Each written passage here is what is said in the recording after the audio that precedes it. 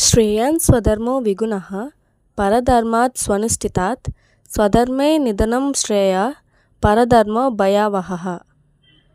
ఇతరుల ధర్మాన్ని అవలంబించి ఎంతో బాగుగా చేసిన దానికంటే దోషంతో కూడి ఉన్నప్పటికీ వదలకుండా తన ధర్మాన్ని ఆచరించడం మంచిది.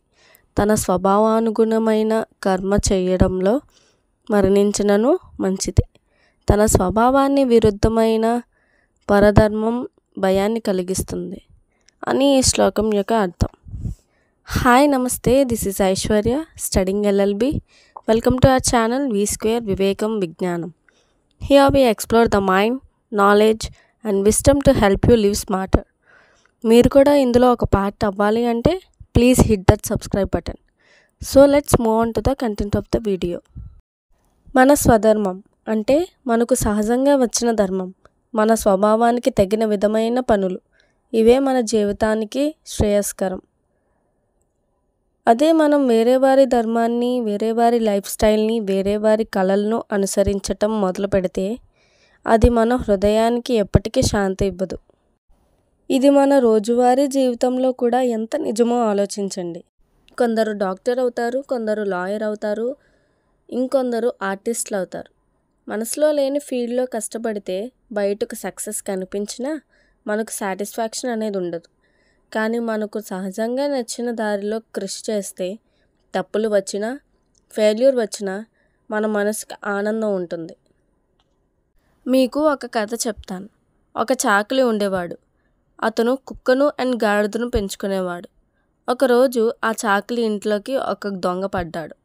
కానీ కుక్క తన సోమరితనం వలన మొరగలేదు. అప్పుడు ఆ గాడిద యజమానికి ఉపకారం చేద్దాము అనే ఉద్దేశంతో గట్టిగా అరిచింది. కానీ ఆ అరుపుల వలన చాకలి యొక్క నిద్ర పాడవడంతో గాడిద మీద కోపంతో అక్కడే ఉన్న కర్ర తీసి ఆ గాడిదని కొట్టాడు. గాడిద నడుము విరిగింది.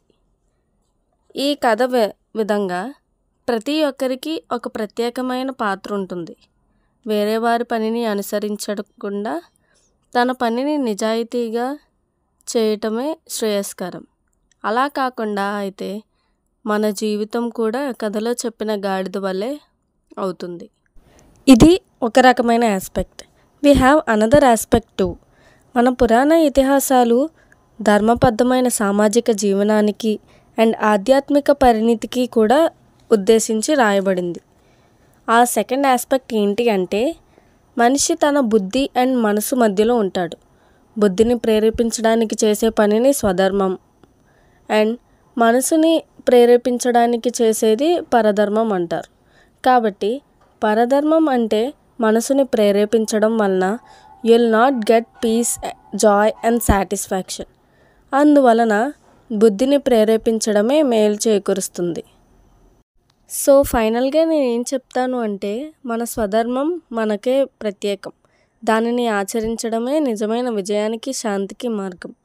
Once Swami Vivekananda said, "It is better to live your own destiny imperfectly than to live an imitation of somebody else's life with perfection." అంటే తప్పులతోనైనా నీ స్వధర్మాన్ని జీవించడం గొప్పది, కానీ ఇతరుల జీవితాన్ని అనుసరించి జీవించడం వ్యర్థం. So I think this video inspired you. Stay tuned for more content. Please like, share and subscribe to our channel V Square. Thank you.